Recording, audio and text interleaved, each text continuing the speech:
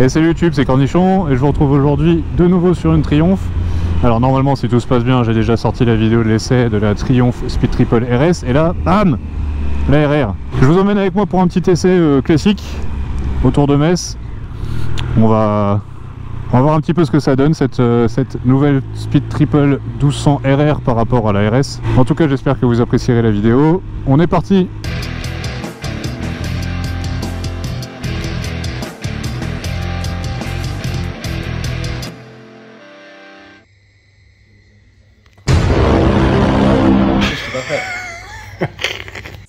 Et voilà, on est chez Triumph Metz, donc on va essayer... Ça va pas montrer que je suis petit en fait. Voilà, merci, je préfère. Mais quand même, ça va être très chiant pour moi. Ouais, donc, problème, c'est pas le mien. On va essayer la bestiole là, Speed Triple 1200 RR, donc j'ai essayé, alors je sais, normalement je devrais sortir l'essai de la RS avant celle-là, mais voilà, j'ai essayé la RS et maintenant on fait la RR, comme ça la boucle est bouclée. Alex, donc, qui était, si vous n'avez pas vu les vidéos précédentes, je vous invite à les regarder. Voilà, faut regarder les vidéos. Il était avant pas là, voilà, maintenant il est là. Donc toujours mon vendeur préféré, bien que je n'ai rien acheté ici pour l'instant, on verra. Hein? On verra plus tard. Mais du coup, on va faire le tour de la moto rapide avec Alex, parce qu'il n'y a pas grand chose de différent par rapport à une Speed Triple RS. Et comme ça, on va regarder un petit peu le compteur aussi ensemble, un peu plus détaillé. Et puis voilà. Alors Alex, déjà, les choses qui fâchent, le prix. Bah, excessif globalement, on va pas se mentir.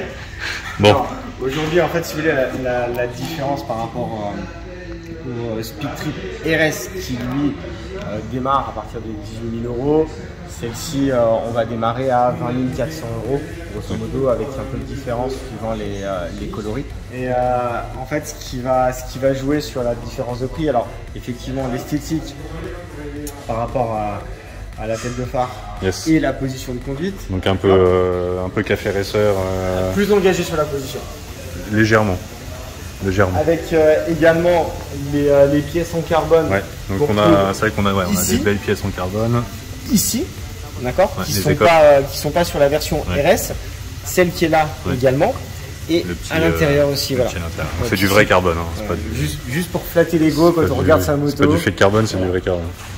Et après aussi, ce qui va changer, c'est pour le coup les suspensions pilotées. Ouais. Voilà. Donc là, Öhlins toujours. Öhlins toujours, le même type de fourche, mais tout piloté devant et derrière le TTX GP avec, voilà, on voit les petits câbles ici qui sortent, qui permettent de régler les hydrauliques. Pas, voilà, les précontraintes, mais les hydrauliques. Et on a donc ça, on avait un doute tout à l'heure, mais en roulant, je l'ai senti, et les cale-pieds sont placés différemment, ils sont un peu plus reculés aussi sur la RR versus la RS. Donc au niveau des différences, bon, c'est principalement la position, les suspensions pilotées, le look, et donc les commandes reculées, qui sont légèrement plus reculées. Après, c'est vraiment la même moto, la même base. Les commodos, ça va être quasiment la même chose, à part qu'ils sont placés, voilà, sur des bracelets au lieu d'un guidon droit. Et au niveau du compteur, on est sur la même chose. Attends, on va peut-être juste faire la cinématique. Yeah, boy. Speed Triple RR. Voilà, donc le nouveau compteur qui, je disais, est très réactif.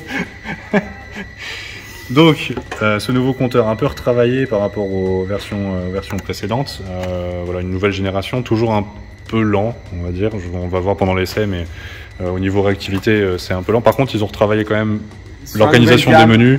Ouais, c'est quand même un peu mieux qu'avant, quoi. Mais bon, après, c'est vrai que là, le compteur est le même que la RS, ouais, qui fait partie de la génération juste, okay, avant. Encore amélioré dernièrement. Ouais, sur les nouveaux, ils ont vraiment retravaillé tout ça, en fait, cette réactivité. Ils ont changé la cinématique et du coup c'est plus fluide, okay, plus rapide.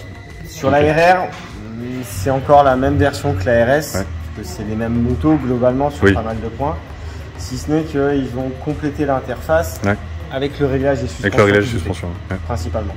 Pour le reste. Bon, donc si on veut rapidement faire le tour, on peut peut-être aller voir dans le menu vite fait ce qui se passe. Donc en fait, pour le réglage des suspensions, quand tu es sur les modes préétablis, donc confort, ouais, ou normal, où en fait tu vas pouvoir faire ton réglage et laisser l'écran, parce que tu vois que différemment des autres interfaces, si je reviens en arrière, Là, tu vois que l'écran, en fait, il est légèrement splitté. Ouais. Tu peux choisir ton menu. Là, quand tu rentres dans le menu, tu as l'écran complet normal. Ok. Et en fait, tu peux jouer en temps réel D'accord. pour aller adapter ta fermeté à l'arrière, ton aide au freinage et la fermeté à l'avant. Ok. Voilà, pour réadapter, en sachant que tu restes sur la suspension semi-pilotée malgré Oui, tout. voilà, ça reste adaptable. Avec, Il y a un delta de Après, réglage. sur route, le mode confort, il est bien. Surtout, tu vois, quand tu as un petit gabarit, ça évite. Ça évite de. Ouais. Voilà. Non, mais c'est vrai que c'est au niveau suspension, franchement, ça va bien. Enfin, on verra ça pendant l'essai, mais c'est le gros avantage, c'est que ça se règle un petit peu tout seul, et ça c'est quand même un avantage sur route. Ça permet aussi de switcher d'un mode route à un mode sport un peu plus dur, un peu plus smooth pour des routes un peu plus chaotiques ou pour la ville. Voilà, c'est quand même le gros avantage. Après, au niveau accès donc des modes, je trouve que c'est ce bouton ici Exact. où on va aller voilà, donc on va aller chercher les différents modes. Alors, soit... Je crois qu'on redémarre toujours en road, il me semble. Oui, donc ça, faut pas l'oublier si on était sur un mode, de remettre le mode une fois qu'on a redémarré. Et soit tu appuies sur le bouton menu directement Pour les faire défiler. Tu les fais défiler, soit en fait avec le joystick, tu peux directement en fait Venir aller chercher. venir aller chercher le mode qui t'intéresse. Donc on a différents modes, voilà. Donc si on va dans l'ordre, on va dire Rain, Road, Sport, Track et User, enfin ou Pilote, voilà. C'est un mode perso, on va dire. Donc c'est un mode en plus. Par contre, je crois que de toute façon, chaque mode, on peut les paramétrer comme on veut. Donc au final, il y a des modes de base qui existent, qui sont éditables. Ils sont préétablis. Voilà, ils sont préétablis, en fait, ils sont tu peux éditables. réajuster. Voilà, donc on peut se faire, en gros, au final, on peut se faire donc 1, 2, 3, 4, 5 modes au final. On pourrait, à la limite, dans l'absolu, si on les édite tous, on peut faire 5 modes en fonction de ce qu'on veut faire. On peut très bien faire que du sport avec juste des traction control différents, ou voilà. Donc c'est à la carte, ça c'est cool de pouvoir le faire sur chaque mode et pas un seul mode user, on va dire, où on peut mettre un peu ce qu'on veut, mais de pouvoir éditer chaque mode. Donc ça c'est pas mal. Un truc qui est pas mal aussi, c'est d'avoir la possibilité de connecter son, bon de plus en plus hein, c'est le cas, mais de connecter son téléphone en Bluetooth et du coup d'avoir via l'app MyTriumph, d'avoir les indications au tableau de bord. Alors par exemple de GPS, c'est pas un Waze ou quoi, c'est juste les directions gauche, droite. Voilà. Exactement. Tu fais une recherche via l'application style Google. Ouais. Tu as la cartographie style Google et en fait tu peux directement sélectionner ta destination. Yes. Et l'envoyer sur l'écran en fait, de la moto. Ouais. Effectivement, elle te donnera que les directions, elle va donner les distances avant la prochaine intersection, avant le changement de voie ou des choses comme ça. Dans l'idée, ça fait le job, c'est pas une ça dépanne. complète, Ça dépanne.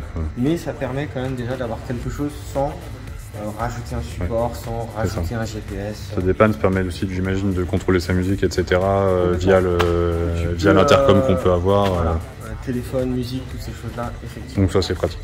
C'est pratique. Après voilà, le menu, ça reste, on a accès un peu, voilà. Donc ce qu'on disait, ça c'est au niveau du voyage, donc avec le Bluetooth, on va ici avoir le Bluetooth, donc avec la navigation, musique, téléphone, SMS, GoPro, on peut même contrôler sa GoPro, ça c'est bien. Interphone, les réglages, voilà. Donc assez simple au final, complet. Maintenant, voilà, ce qu'on disait, c'est juste la réactivité qui peut être un peu en deçà des standards actuels, on va dire. Voilà. C'est pas mal, mais... Le démarrage de l'écran, le temps qu'il charge, ça. effectivement, on le voit sur les nouveaux Tiger où ça a été nettement amélioré quand même.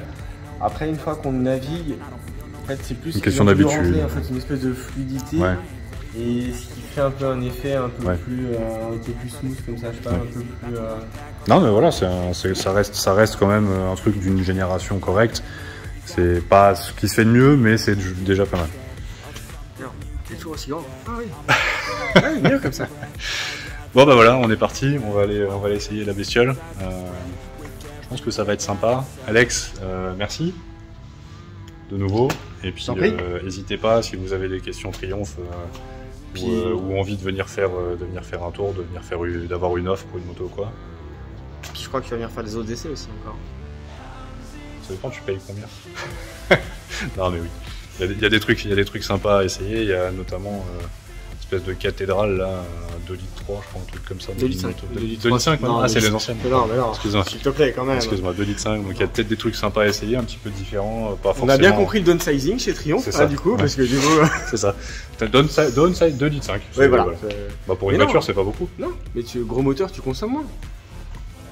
Non? C'est non? Non. Hein? Ouais, quoi? Bien, non mais il y a des trucs cool à essayer, donc on va revenir et puis on va continuer tout ça. On commence l'essai en mode road, donc avec des suspensions un poil plus souples. Bon, j'ai déjà essayé la 1200 RS, hein, donc où forcément on passe d'un guidon droit à des guidons bracelets, donc on est tout de suite beaucoup plus engagé. Forcément, ça va dépendre de ce qu'on aime. Honnêtement, pour la vie de tous les jours, je pense que c'est moins adapté. Après, bon, je sais que certains vont préférer la position d'une sportive à la position d'un roadster au niveau ressenti, etc. C'est vrai que ça peut changer. Là, on va tout de suite avoir, en théorie, je devrais avoir plus de retours d'infos par rapport à la 1200 RS. Mais voilà, à confirmer. Après, c'est une question de look. C'est vrai que voilà, là, on a ce look qui est un peu café racer qui est franchement sympa. En tout cas, moi j'aime bien. Niveau définition, c'est vachement propre. Franchement, c'est vraiment joli.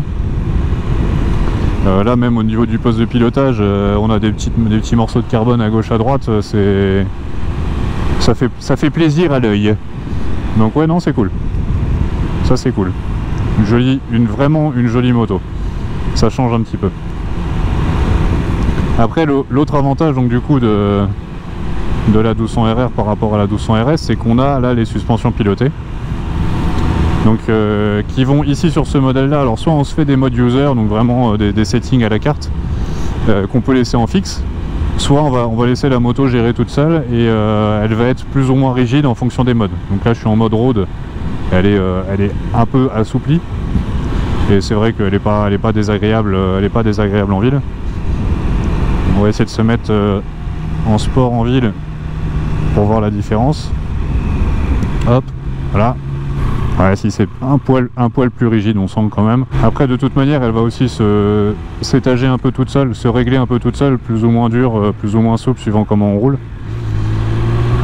Donc ça c'est franchement, pour rouler sur route, pour moi c'est un plus quand même, qui est pas négligeable. Sur des longs trajets, franchement, ça peut faire une différence.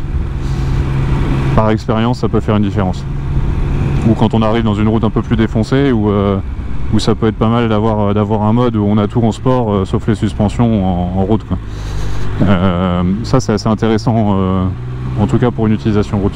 Le son est cool, il y a des petits retours à l'échappement quand on roule un peu plus fort qui sont chatoyants à l'oreille. Ce qui est cool avec le 3 cylindres, c'est que c'est bien rempli partout, c'est onctueux. Et comme j'avais dit aussi sur l'essai de la 1200 RS, ouais, non, franchement, il est bien plein ce moteur. Il y a des chevaux, ça se sent. Donc voilà, c'est le même moteur, il n'y en a pas plus dans la RR. Et ouais, non, il est vraiment cool. Même pour enrouler, il est plein, il y a du groupe, et quand on tire dedans, il y a quand même des chevaux derrière pour se faire plaisir. Donc c'est vraiment agréable. C'est un peu bizarre, je dirais, c'est un peu bizarre comme typage et comme gamme, pour moi en tout cas. On peut pas vraiment la comparer aux hypersports des autres marques, BMW S1000RR, Aprilia RS V4 Factory, Ducati Panigale V4S ou V4. Elle est moins puissante que toute cette gamme là, ou que même les LX10R, CBR, RR, 1000RR, RSP. Donc c'est vraiment, pour moi c'est vraiment une moto à part. Donc ouais, j'avoue, je sais pas si ça doit être vraiment marché de niche. Donc pour moi ça va être vraiment, si on n'aime pas trop le look de la RS, qu'on a envie d'un truc qui change un petit peu, qu'on veut pas forcément une S1000RR, une Aprilia RSV4 ou voilà ce type de moto là, qu'on veut quand même une position un peu sportive, bien équipé, etc. Ouais, c'est pas un choix déconnant. J'avoue que personnellement, j'ai un peu du mal à comprendre où ça se place exactement. Pour moi, c'est un truc un peu à part. Bon, on va partir sur la partie un peu plus dynamique. Tout de suite, la poignée des gaz est plus réactive.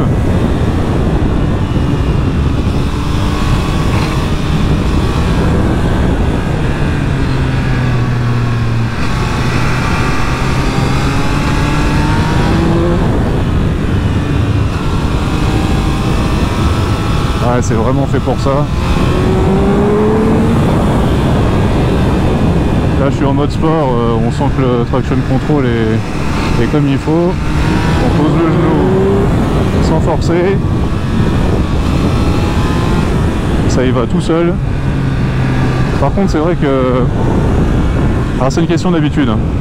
Mais être sur des machines comme ça, avec des guidons bracelets, pour rouler un peu fort, c'est quand même intéressant. C'est facile d'aller chercher la position qui va bien. C'est vraiment facile d'aller chercher la position qui va bien et c'est naturel en fait. Après personnellement, au final, moi qui ai pas mal roulé en sportive, j'avoue que sur route, aujourd'hui je trouve qu'un roadster est vachement plus polyvalent quoi. Un roadster sportif, hein, j'entends, qui permet, un peu dans la gamme de ce que j'ai pu essayer jusqu'à aujourd'hui, qui permet d'avoir des trucs limite où on peut aller sur piste avec, enfin même pas limite d'ailleurs, où on peut aller sur piste avec, et qui ont des vrais châssis, des vrais équipements, des vrais freins, des trucs voilà qui permettent de rentrer dedans, mais qui sont plus polyvalents pour un usage routier quoi. Là tout de suite, voilà, ça fait je sais pas, ça fait une demi-heure que je roule. Je sens que dans les poignées ça commence, alors ça va hein, mais je sens que dans les poignées ça commence à tirer un peu. Alors que sur un roadster, une demi-heure même à faire de la ville, il y a zéro souci quoi. Bon, donc comme on disait, c'est beau. Franchement là, au niveau esthétique, il n'y a rien à dire. Je trouve que c'est vraiment une belle moto. Tout le monde n'aime pas. Moi, je trouve que ce petit côté néo-rétro café racer est vraiment cool. Il y a du carbone un peu, voilà, à gauche à droite, qui est joli. Franchement, pour moi, au niveau du look, voilà, au niveau définition du carbone ici. Ouais, c'est une jolie moto quoi, c'est vraiment une jolie moto. Ça mériterait d'avoir un échappement, voilà, peut-être un peu plus, si vraiment on veut du look un peu plus court, pour un peu dégager le monobras. C'est vraiment une jolie moto. Même ça, voilà, qui est d'origine, c'est une belle pièce d'alu brossé, voilà, c'est joli. Non, les finitions sont là, elle est classe, il y a du carbone à gauche à droite, c'est vraiment une belle moto. Après pour le duo, voilà, c'est pas non plus ce qu'il y a le plus adapté. Bon, de toute façon, ce type de moto pour le duo, c'est voilà, des petits tours, un peu de sensation, mais du gros duo, de la longue distance, bof, hein, je pense que c'est pas le top. Comme je disais, pour les chevaux,